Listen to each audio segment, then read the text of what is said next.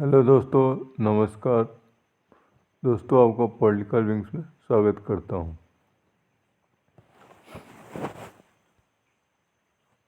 दोस्तों, PDF file के लिए आप टेलीग्राम चैनल पॉलिटिकल विंग से जुड़ें और आप दोस्तों Facebook page team political wing से भी जुड़ सकते हैं।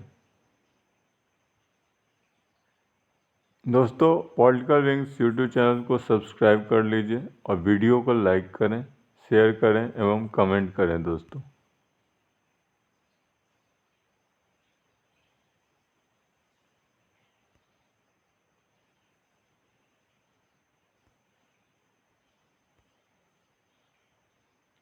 आज दोस्तों आपको एमए प्रथम सेमेस्टर पेपर 4 अंतर्राष्ट्रीय संबंध उसके बारे में बताया जाएगा। आज का जो टॉपिक है दोस्तों, अंतर्राष्ट्रीय संबंध क्या है, इसके अध्ययन क्षेत्र एवं इसके महत्व, यानी कि what is international relation, it's scope and importance.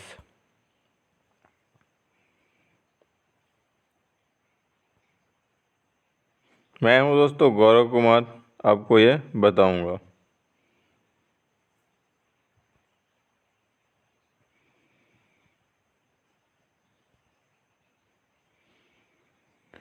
अब अंतर्राष्ट्रीय संबंध का अर्थ क्या है? अंतर्राष्ट्रीय संबंध का अभिप्राय उन संबंधों से है जो कि राष्ट्रों के बीच होता है, और जो अंतर्राष्ट्रीय संबंध होता है दोस्तों, वो इंटरनेशनल रिलेशन जो है उसका माने पार्ट है। ठीक है।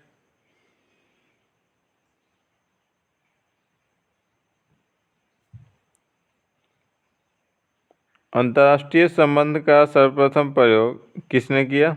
जेरेमी बेंथम ने किया था। ठीक है। और इसके दो दृष्टिकोण हैं, संकुचित दृष्टिकोण तथा व्यापक दृष्टिकोण।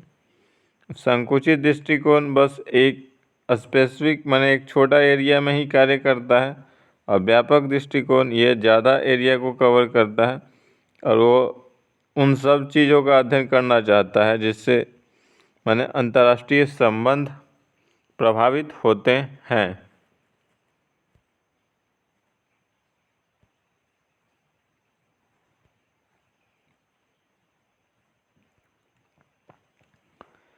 दोस्तों, पॉलिटिकल विंग्स चैनल को सब्सक्राइब कर लीजिए और बेल आइकॉन जो होता है उसको दबा लीजिए, और please comment and share this video.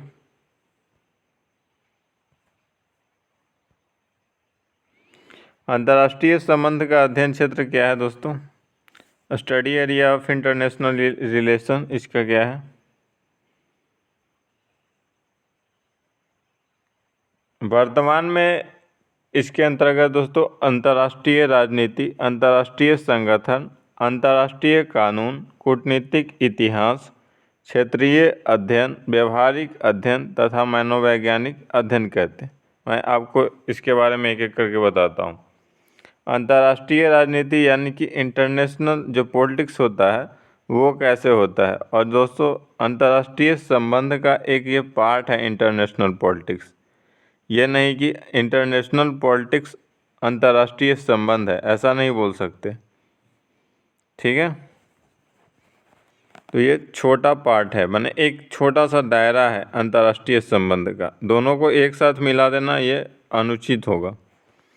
फिर दोस्तों अंतर्राष्ट्रीय संगठन। अब अंतर्राष्ट्रीय संगठन में जैसे आपको क्या आ जाएगा? यूएनओ, यूनिसेफ, फिर और दोस्तों जो और सारी संस्थाएं, WHO, world health organization, WTO, world trade organization, फिर UN का जो सिक्योरिटी काउंसिल, ये सब आ जाएंगे दोस्तों इसी के अकॉर्डिंग। और फिर दोस्तों इंटरनेशनल लॉ ऑफ जस्टिस, ये इंटरनेशनल जो कोर्ट होता है वो आ जाएगा दोस्तों इसी के अकॉर्डिंग। तो ये सारे अंतर्राष्ट्रीय संगठन हैं। अब इनका कार्य क्या होता है ये दोस्तों, मैंने अंतर्राष्ट्रीय जो समस्याएं हैं उसके ऊपर सोच विचार करते हैं और उसको माने किसी भी माने समस्या को जो है समाज के सामने उसको माने बैठकर सुलझाना चाहते हैं। ऐसा नहीं कि युद्ध के द्वारा सुलझाया जाए। और यूएन के दोस्तों शांति माने यूएन पीस कीपिंग फोर्स भी है दोस्तों। तो इन सारे चीज़ों का व्यवस्था है। अब वो किस लिए है, वो ताकि माने जब माने कहीं किसी देश में अशांति होता है तो अगर वो देश माने चाहता है कि माने उसकी मदद की जाए तो यूएन पीस को कीपिंग फोर्स को भेजा जाता है वहाँ पे स्थिति को अंडर कंट्रोल करने के लिए। ठीक है।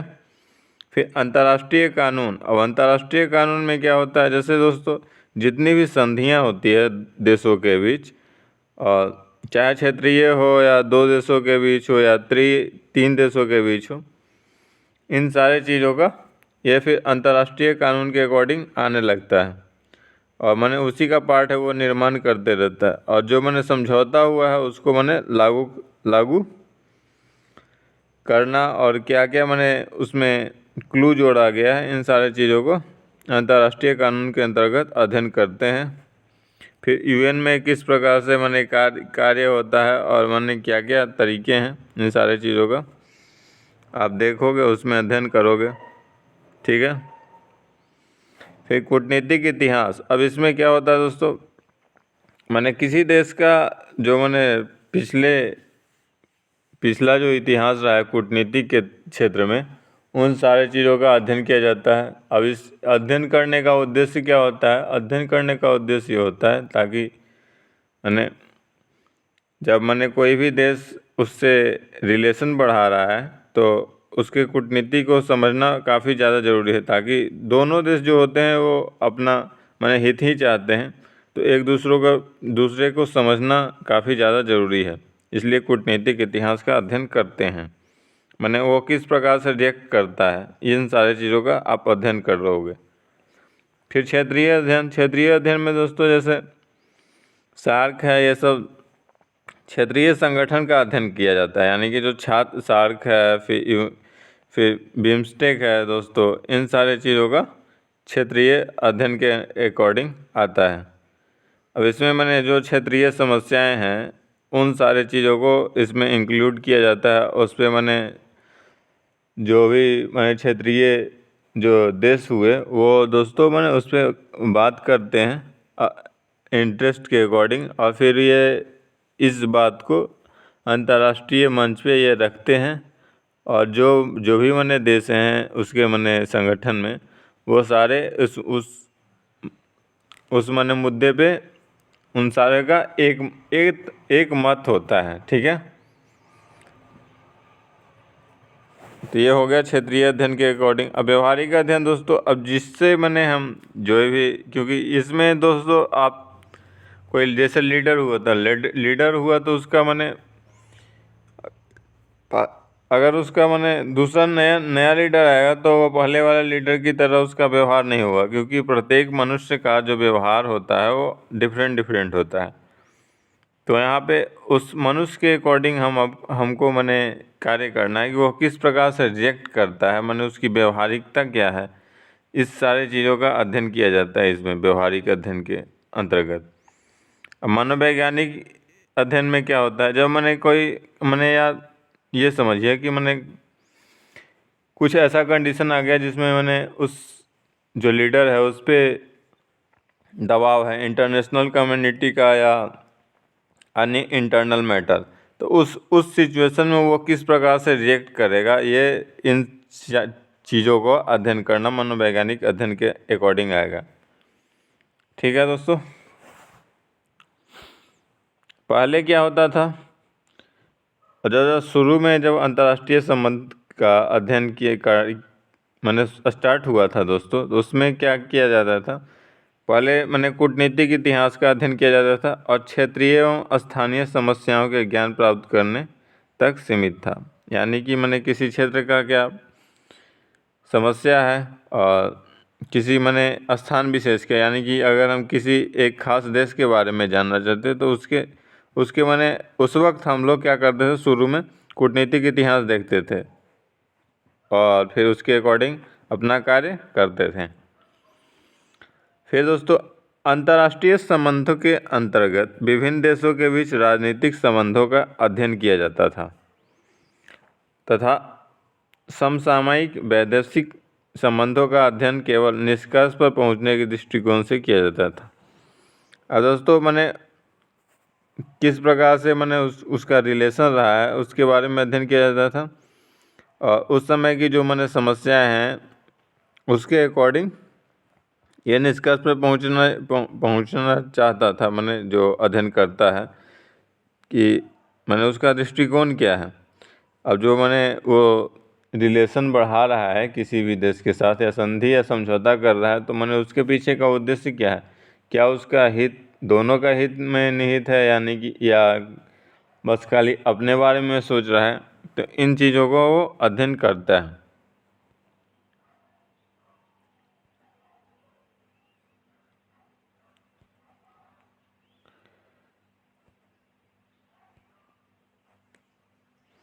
अंतर्राष्ट्रीय संबंध का महत्व क्या है दोस्तों? इम्पोर्टेंस ऑफ इंटरनेशनल रिलेशन क्या है? मानव प्रगति एवं सुरक्षा। अब फर्स्ट जो तो यही है दोस्तों, यह मैंने वर्तमान परिस्थिति में रह गए कोई भी देश मैंने जो वर्तमान कंडीशन चल रहा है उसमें रह के अपने नागरिकों को किस प्रकार से हित पहुंचाए और जो कार्य किए मैंने उसके लिए मैंने कार्य करता है और अंतर्राष्ट्रीय मित्रता को बढ़ाता है, साथ ही मानव के प्रगति इससे क्या हो जाता है, मानव के प्रगति और सुरक्षा हो जाता है। ठीक है दोस्तों। अब देखिए दोस्तों, अगर नॉर्मल जैसे शांति की काल है उस वक्त कोई भी देश मैंने बहुत तीव्र गति से बढ़ेगा और अगर युद्ध काल है तो उसमें दोस्तों फिर कोई भी देश अच्छा तरह से बढ़ नहीं सकता क्योंकि उसे मैंने युद्ध पे भी फोकस करना पड़ता है। और ऐसे शांति काल में दोस्तों उसे बस खाली अपने प्रगति पे फोकस करना पड़ता है कि किस प्रकार से प्लानिंग किया जाए और आगे मैंने कार्य किया जाए ताकि देश का मैंने विकास हो और जनता के मैंने जीवन स्तर में वृद्धि हो। तो इसलिए मानव प्रगति एवं सुरक्षा इससे निहित है। ठीक है। फिर युद्ध और शांति का अध्ययन। अब दोस्तों इसमें क्या किया जाता है, अंतर्राष्ट्रीय संबंध में आप युद्ध और शांति का अध्ययन करोगे और दोस्तों मैंने कोई भी जो देश है उसके बीच मैंने युद्ध के कारण क्या है इसके बारे में जानोगे आप। फिर या मैंने आप ये समझोगे कि मैंने अगर शांति समझौता हो गया कोई दो देशों के बीच, मैंने दो देश मैंने जो कट्टर दुश्मन है उनके भी शांति समझौता हो जाता है तो उसके पीछे कारण क्या रहा, इन सारे चीज़ों का आप अध्ययन करोगे। आप देखोगे दोस्तों युद्ध से मैंने क्या नुकसान होता है और शांति से मैंने हम शांति के द्वारा कितना अच्छा प्रकार से हम कार्य कर सकते हैं, इन सारी चीज़ों का अध्ययन हम करते हैं। और दोस्तों यूनाइटेड नेशन जो है ये बना है मैंने युद्ध को रोकने के लिए बना है ताकि मैंने जो विश्व युद्ध हुआ था ना, दो विश्व युद्ध, उसके बाद से मैंने ऐसा विश्व के मैंने नेताओं को ये हुआ, मैंने ये सोच आया दोस्तों कि इतना जो नुकसान हुआ है उसे हम रोक सकते थे। तो इसलिए मैंने कोई ऐसी संस्था बननी चाहिए जो कि मैंने युद्ध को टाल सके या युद्ध आगे जो मैंने थर्ड वर्ल्ड वार होने वाला है उसको रोक सके। तो इसलिए दोस्तों यूएन बॉडी की स्थापना हुई थी।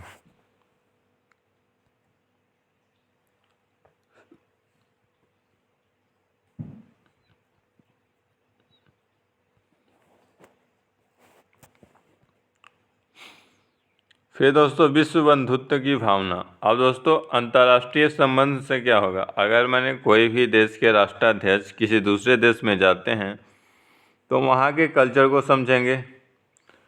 फिर वहाँ के राष्ट्राध्यक्ष मैंने जो मिलने गए हैं अतिथि, वो मैंने दूसरे देश के जो राष्ट्राध्यक्ष है वो मिलने गए हैं तो उनके देश को समझेंगे, उनके बिहेवियर को समझेंगे और इससे क्या होगा दोस्तों, फिर दोनों देशों के बीच कोऑपरेशन बढ़ेगा और इससे फिर दोनों देश के माने जनताओं के बीच कोऑपरेशन बढ़ेगा। तो इससे क्या होगा, माने बंधुत्व का विकास होगा। पहले तो दो देश के बीच में होगा, वैसे ही और कई जगह पे मैंने और सभी देश ऐसे करते रहेंगे तो ये फिर दोस्तों विश्व के में बंधुत्व का विकास होगा, यानी भाईचारा का बढ़ावा मिलेगा।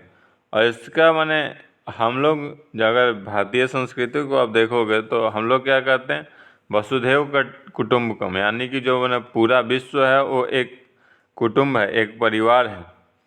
ठीक है, तो ये दोस्तों अंतर्राष्ट्रीय संबंध इसी मैंने सिद्धांत पे मैंने कार्य करता है कि मैंने जो विश्व बंधुत्व की भावना है इस दृष्टिकोण में अगर देखा जाए तो ये इसी कार्य को करता है। अगर सभी लोग इस भावना को फॉलो करने लगे वसुधैव कुटुंबकम, तो दोस्तों जो मैंने विश्व में बंधुत्व की भावना का काफ़ी ज़्यादा विकास होगा और शांति बनी रहेगी विश्व में। फोर्थ है दोस्तों आर्थिक एवं सामाजिक विकास। और दोस्तों इसमें क्या होता है, अगर हम दो देशों के बीच, अब ये तो हम जानते हैं कि मैंने कोई देश कृषि में आगे है तो कोई साइंस में आगे है, कोई किसी और चीज़ में आगे है, तो दोस्तों इसमें क्या करेंगे, मैंने दो देश मैंने दोस्तों दो देश अगर समझौता करते हैं तो इससे क्या होता है, उसमें आर्थिक एवं सामाजिक विकास होता है। कोई कोई देश का मैंने कल्चर मैंने ज़्यादा ही बहुत ज़्यादा विकसित होता है। जैसे अगर इंडिया की बात करोगे तो मैंने हमारा जो सामाजिक स्ट्रक्चर है वो काफ़ी ज़्यादा बेहतर है और हम कल्चरल तौर पे भी मैंने ज़्यादा समृद्ध हैं। फिर अभी दोस्तों हम लोग साइंस में भी समृद्ध हो रहे हैं और कृषि में हम लोग हैं ही।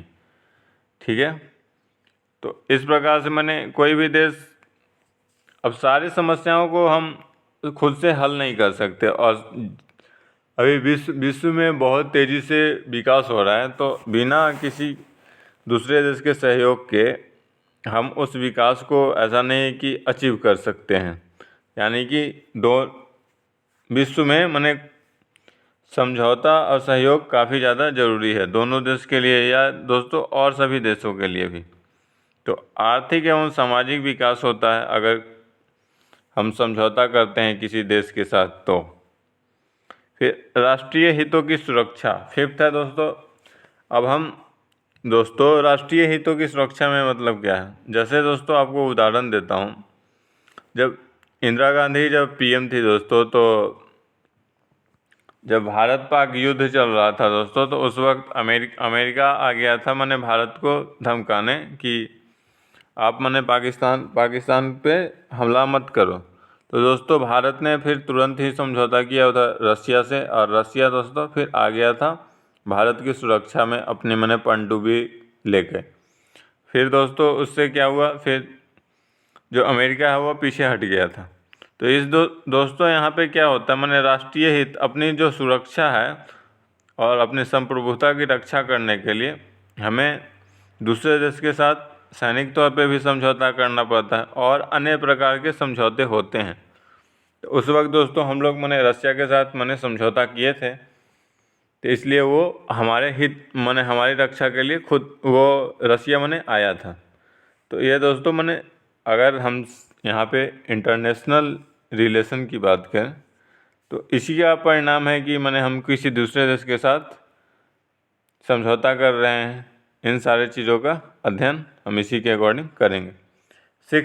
छठा है दोस्तों राष्ट्रों की विदेश नीति की निर्धारण में भूमिका। अब दोस्तों इसमें क्या होता है, किसी भी देश मैंने कोई दूसरे देश के साथ किस प्रकार से अपना विदेश नीति डेवलप करेगा, इन सारी चीज़ों का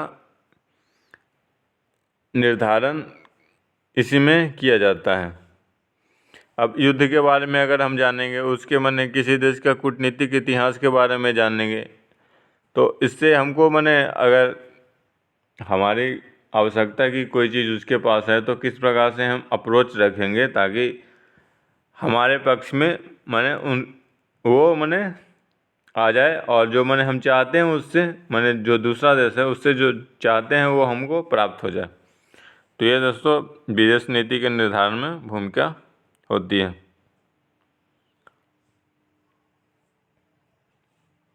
धन्यवाद दोस्तों। वीडियो को लाइक करें, शेयर करें एवं कमेंट करें। Please subscribe political wings YouTube channel.